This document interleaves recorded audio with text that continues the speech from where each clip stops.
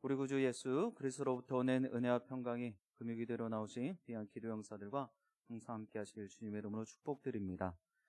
오늘 말씀의 제목은 의미 있는 것을 위해 올라, 의미 있는 것을 위해 올라라는 제목으로 하나님 말씀 증거하도록 하겠습니다. 그 전에 저를 따라서 한번 선포해 주시기 바랍니다. 기도하는 습관이 우리를 살립니다. 기도하는 습관이 우리를 살립니다. 전후좌우 계신 분들하고 한번 인사해 주시기 바랍니다. 기도하는 습관이 우리를 살립니다. 인사해 주세요. 예, 기도하는 습관이 우리를 살리는 것입니다. 그대로 될 줄 믿습니다. 예. 그래서 기도하는 자는요, 결단코 망하지 않습니다. 무너지지 않습니다. 실패하지 않습니다. 다시금 기도하며 일어날 수 있고요. 그리고 기도하며 다시금 이기게 될 줄 믿습니다.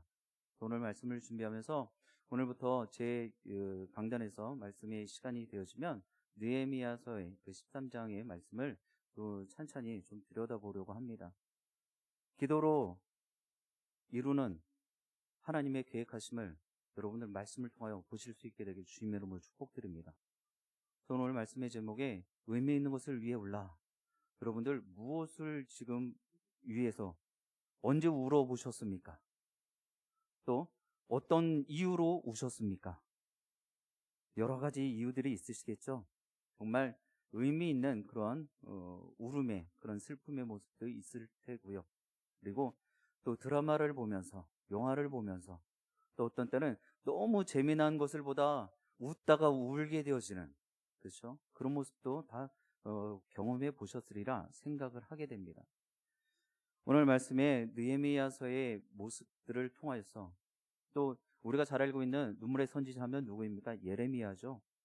예레미야와 견줄 수 있는 이런 느헤미야, 무엇을 위해 울었을까요? 나 자신이요? 나의 안위요?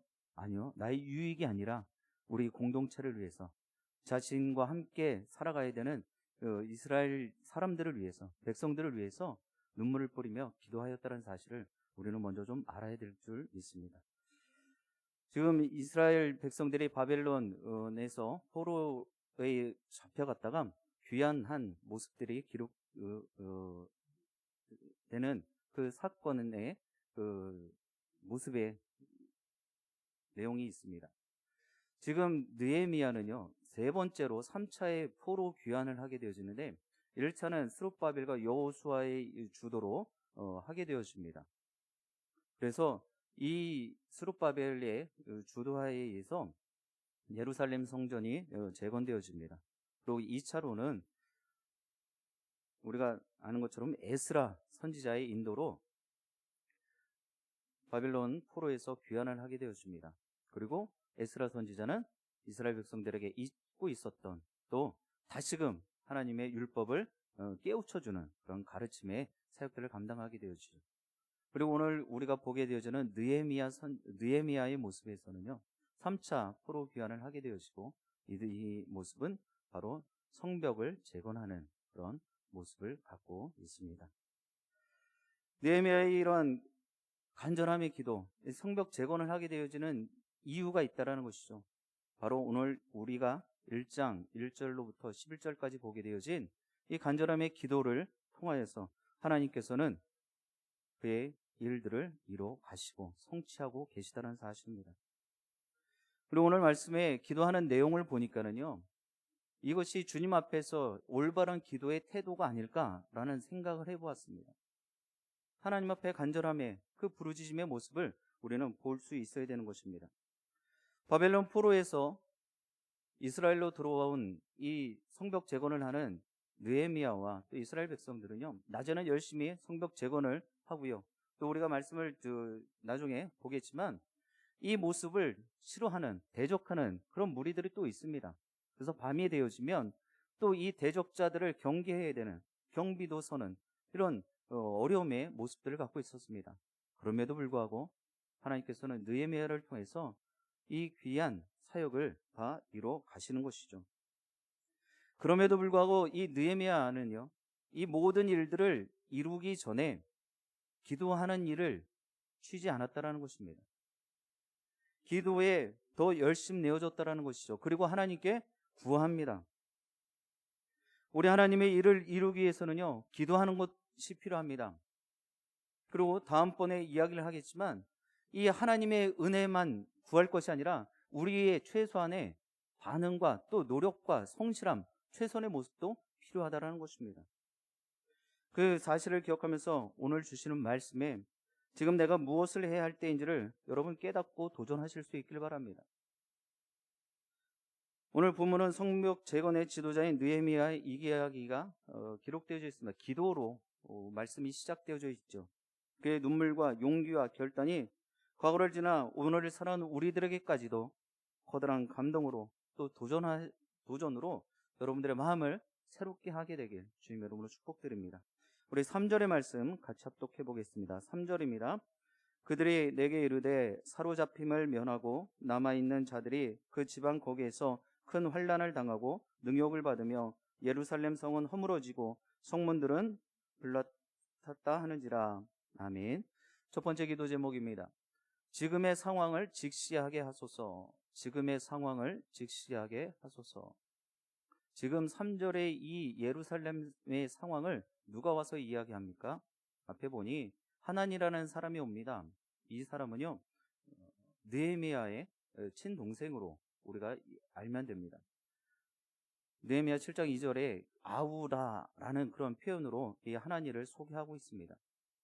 그리고 느헤미야가 바사로 왔을 때 예루살렘을 다스렸던 그러한 인물이기도 합니다. 이 모습, 이 하나니와 또 몇 명의 이 지인들로부터 예루살렘의 소식을 듣게 되었죠. 근데 3절의 내용을 보기만 해도 내 고향, 내 나라의 모습이 너무나 참담합니다. 처참하기 이를 데 없습니다. 지금 느헤미야는요, 바사의 아닥사스다 왕의 술을 맡은 관원의 그런 관리였습니다. 그리고 오늘 말씀 시작부터 보니까 이 왕이 겨울을 보내는 수상궁에 머물러 있었습니다. 예루살렘 성은 허물어졌고, 그리고 또 이스라엘 백성들이 포로에서 귀환을 갔지만 그 주위에 있는 이방 사람들로부터 능욕을 받고 있다, 그런 이야기를 듣게 되어지죠. 느헤미야는 이 소식에 마음을 뺏겨버립니다. 마음을 뺏겨버렸다는 것은 그 모습이 지금 당장 내가 겪는 그런 모습처럼 되어졌다는 것이죠. 분명 역사적인 포로 귀환은 1차, 2차 계속 이루어졌지만 슬프게도 안타깝게도 예루살렘은 여전히 비참한 상태에 놓여져 있었다는 것입니다. 예루살렘의 소식을 들으며 우리는 현재 교회의 지금의 우리의 모습을 볼 수 있어야 될 것입니다. 사랑하는 영신의 기도 영사 여러분, 많은 하나님의 백성들이 교회의 회복을 위해 노력하고 있습니다.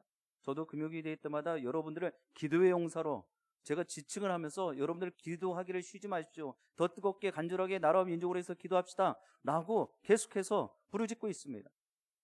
그리고 대한민국에 계속해서 기도의 용사를 일으켜 달라고도 구하고 있습니다. 근데 왜 아직도 한국교회의 모습과 이 나라의 민족에는 계속해서 안타까움의 모습뿐인 것입니까? 더욱이 이런 우리의 모습이 지금은 크게 눈에 두드러지는 모습이 없다 할지라도 강단에서 계속 들려지는 이야기, 코로나19로 인해서 한국교회 삼천리 방방 구석구석에 십자가 걸려 있었는데 만여 개 이상의 교회가 문을 닫게 되어졌고 십자가를 내리게 되어졌고 또 수많은 교회 학교에 그 다음 세대가 사라졌다라는 그런 이야기를 우리는 듣고 있습니다. 근데 여러분들 이 이야기를 듣는 순간 어떤 마음이 드십니까? 우리 교회는 아직까진 괜찮으니 라는 그런 생각을 하고 계시는지. 더욱이 목회자들의 타락된 모습 계속해서 매체를 통해서 보게 되어지죠. 또 종교 지도자들 간의 반목과 다툼, 교회 안에서의 리더십들과의 그런 모습들이 좀 정말 불성사나운 모습들이 계속 들려지고 보여지고 있습니다. 거기에 더해서 코로나19로 인해서 극도의 어려움을 겪고 있습니다. 사역을 제대로 펼쳐낼 수가 없는 상황이 되어진 것이죠. 더욱이 안타까운 것은 이단과 사이비가 기독교로 둔갑을 해버렸어요. 그래서 맨 처음 코로나19의 문제가 시작되어지고 나서 신천지가 곧 기독교 이런 생각을 갖게 하는 많은 사람들의 그런 모습을 갖게 했다는 것이죠. 여러분들, 이 상황을 우리는 직시할 수 있어야 될 것입니다. 지난주에도 담임 목사님께서 환경적인 이야기를 했고, 그것이 우리와 상관없는 모습이 아니라 머지않은 시간에 우리도 겪게 되어질 모습이다라는 것입니다. 지금 일어나고 있는 이 상황을 우리는 그래서 직시할 수 있어야 돼요. 문제 해결의 시작은 상황을 정확히 인식하는 것입니다. 여러분들에게 도전합니다. 지금 우리 교회 또 한국 교회에 놓여져 있는 직면한 문제는 무엇이라고 여러분들은 생각을 하십니까? 전 그런 거 몰라요. 아무것도 몰라요. 이런 반응을 보이시면 안 된단 말이에요. 내가 지금 소속되어 있는 우리 영신교회 공동체, 내가 속해 있는 이 대한민국 한국교회를 위해서 우리는 지금의 문제들을, 지금에 일어나고 있는 이 상황들을 제대로 볼 수 있어야 된다는 것이죠. 그리고 그것을 위해서 우리는 오늘 느헤미야의 모습처럼 가슴을 치며 눈물을 뿌리며 금식의 기도를 할 그런 마음의 준비, 또 마음의 가짐을 가져야 될 것입니다. 이제 다시 한번 우리가 처해 있는 이 상황을 제대로 직시하실 수 있게 되길 주님의 이름으로 부탁드립니다. 우리 4절의 말씀 같이 합독해 보겠습니다. 4절입니다. 내가 이 말을 듣고 앉아서 울고 수일 동안 슬퍼하며 하늘의 하나님 앞에 금식하며 기도하여. 아멘. 두 번째 기도 제목입니다. 회개를 통한 변화와 회복이 일어나게 하소서. 회개를 통한 변화와 회복이 일어나게 하소서. 우리 지난해 주제가 주여 이제 회복하게 하소서였습니다. 우리가 매 시간마다 선포를 했습니다. 회복하자고, 다시금 부흥하자고.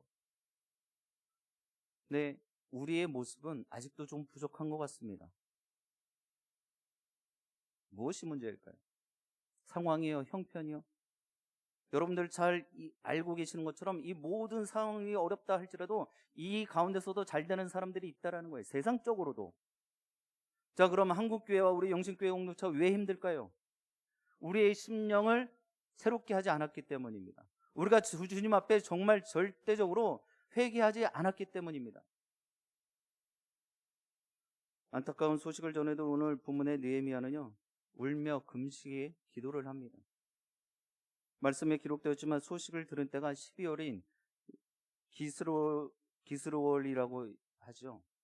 그런데 12월 달부터 4월 달까지 나선월이라는 이 4월 달이 다 되도록 계속해서 기도를 합니다. 끊임없이 기도를 한 거예요. 그냥 한순간에 금식하고 울며 불며 기도하고 끝낸 것이 아니라 그때가 이루어지기를 기다리며 기도하고 있었다는 것이죠. 기도하는 가운데 그는 모세의 율례와 규례를 어긴 조상들의 죄를 회개합니다. 6절, 7절에 그 내용이 기록되어져 있어요. 그리고 그들의 죄가 바로 자신과 또 자신의 집안의 문제임을 또 고백합니다. 우리 조상들이 지었던 그 죄를 나의 죄로 인식하고 회개하였다는 것입니다. 느헤미야의 이 눈물의 기도가 예루살렘 성벽 재건에 귀한 씨앗이 되어졌다는 사실을 우리는 결코 잊어서는 안 될 것입니다. 정령 교회의 회복과 변화를 원한다면 우리 모두는 지금 울며 회개할 수 있어야 되는 것입니다. 참 송구하지만 저는 성도님들이 아프고 불편하고 또 어려운 일이 닥치면 제가 기도를 안 해서 그런가라는 생각을 합니다. 이것이 성경적이든 비성경적이든 상관없이 이건 제가 드는 마음입니다. 저는 성도님들과 함께 울고 함께 웃고 싶습니다. 이건 거의 모든 목회자들이 다 그런 마음들이 있어요. 우리 조상 때 우리 선조들이 우리 신앙의 선배들이 잘못했던 그 모습들을 빠짐없이 회개하고 나의 죄로 여기고 그것을 여러분들이 회개하고 한국교회 여러 문제들을 내가 지은 것처럼 회개하고 고백할 때 하나님께서는 그때 다시금 회복과 변화를 이루어 주실 줄 믿습니다. 정녕 여러분들이 변화와 회복을 원하고 계십니까? 다른 것으로 되지 않습니다. 좋은 시스템이요, 좋은 이벤트요, 프로그램이요, 결코 그렇지 않습니다. 여러분들이 먼저 회개해야지 그 일이 시작된다라는 사실을 꼭 기억하시길 바랍니다. 평양 대봉의 역사가 회개로부터 시작되어졌다는 것을 여러분들 잘 알고 있지 않습니까? 그렇다면 오늘 이 밤에도 여러분들 다른 것을 구하기 전에 나의 모습을 먼저 하나님 앞에 내어놓으실 수 있길 바랍니다. 낱낱이 고백하실 수 있길 바랍니다. 종들에게도 이야기를 못하고 믿음의 동역자들에게도 이야기를 못하는 그런 제목들까지도 하나님 앞에 고백하실 수 있길 바랍니다. 그러므로 먼저 각자의 죄를 빠짐없이 회개하고 자신이 하나님 앞에 바로 살지 못했음도 고백할 수 있어야 되는 것입니다. 내가 금요기도에 나오고 영상으로 예배드리니 이 정도의 신앙이면 충분하다. 아니요, 여러분들. 정말 부지불식간에 나도 모르는 새, 내 마음에 어둠의 세력이, 사단의 권세가 나를 넘어뜨린 적이 분명히 있다는 것입니다. 이 정도면 충분하다라는 그런 아니란 생각 갖지 않기를 바랍니다. 특별히 교회 지도자들은 맡겨진 성도들을 옳은 길로 인도하지 못하고 교회를 바로 세우지 못한 그런 것에 대해서 정말 철저하게 회개할 수 있어야 됩니다. 우리 모두가 그러한 마음을 가져야 되는 것이죠. 사랑하는 영신의 기도용사 여러분, 서로의 잘못을 탓하고 자기 책임을 회피한다면 결코 회복과 변화는 일어나지 않을 것입니다. 너가 잘해봐라, 그게 안 되겠나, 이런 생각이 아니라 나부터 하나님 앞에 회개하는 모습을 가져야 된다는 것입니다.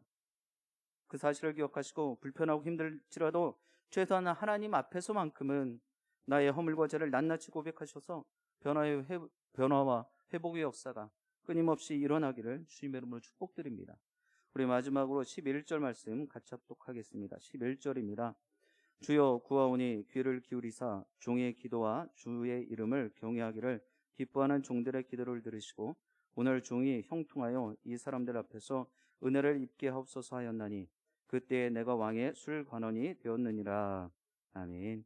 세 번째 기도 제목입니다. 하나님의 계획 안에 쓰임받게 하소서. 하나님의 계획 안에 쓰임받게 하소서.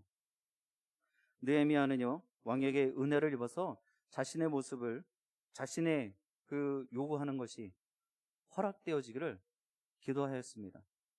하나님, 나는 이런 모습을 갖기를 원합니다. 라고 기도한 거예요.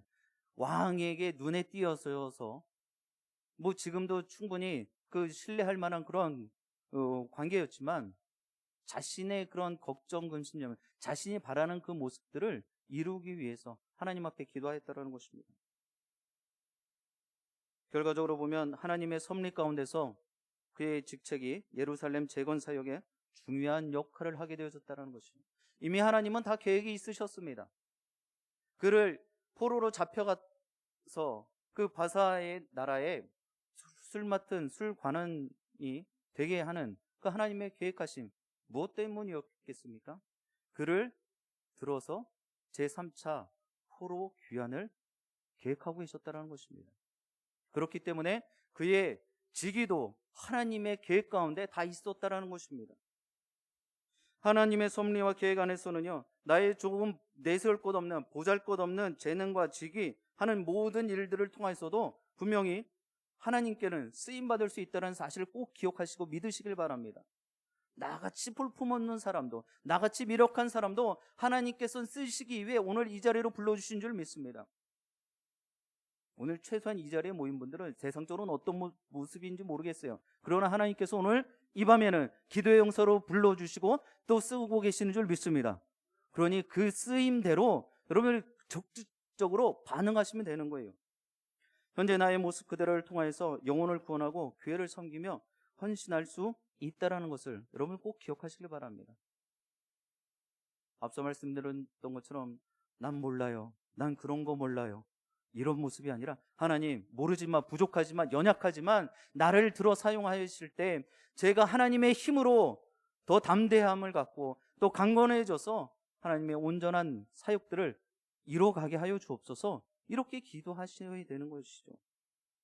사랑하는 영신의 기도용사 여러분, 복음서에 기록된 오병이어의 사건들을 여러분 다 기억하시죠? 오병이어, 칠병이어. 그 어린 아이에 정말 보잘것없고 볼품없는 그 도시락 가지고 주님께서는 놀라운 기적을 이루셨다라는 사실입니다. 매개체가 되어졌다는 거예요. 하나님 주님께서 하나님 앞에 축사하시기 이전에 그 도시락이 있었기에 그 도시락을 들고 축사를 하실 수 있었다는 것이죠. 오늘 우리의 부족한 깜냥과 그런 능력들, 내 지혜의 모습들을 내설 곳 없는 모습이라 할지라도 하나님께서는 그 모습을 들어 사용하기를 원하십니다. 그리고 그 머리 위에 기름 부으시고 힘을 더하여 주시면 우리는 능치 못할 일이 없는 줄 믿습니다. 그 사실을 여러분들 기억하시고 이제 하나님 앞에 안타깝고 통회하는 마음으로 교회와 민족과 또 열방을 위해 울며 기도하십시오. 여러분들을 그렇게 불러주신 줄 믿습니다. 이렇게 의미 있는 눈물을 흘릴 때 하나님의 역사가 분명히 정확히 일어나게 될 줄 믿습니다. 이제 여러분들 드라마나 영화 또 웃다가 또 울었어 이런 이야기 하지 마시고 정말 우리의 공동체를 위해서, 우리의 이웃을 위해서, 나라와 민족을 위해서, 열방을 위해서 의미 있는 눈물을 흘리시는 여러분 모두와 우리 영신 공동체 되어지길 주님의 이름으로 간절히 축원드립니다. 기도하시겠습니다.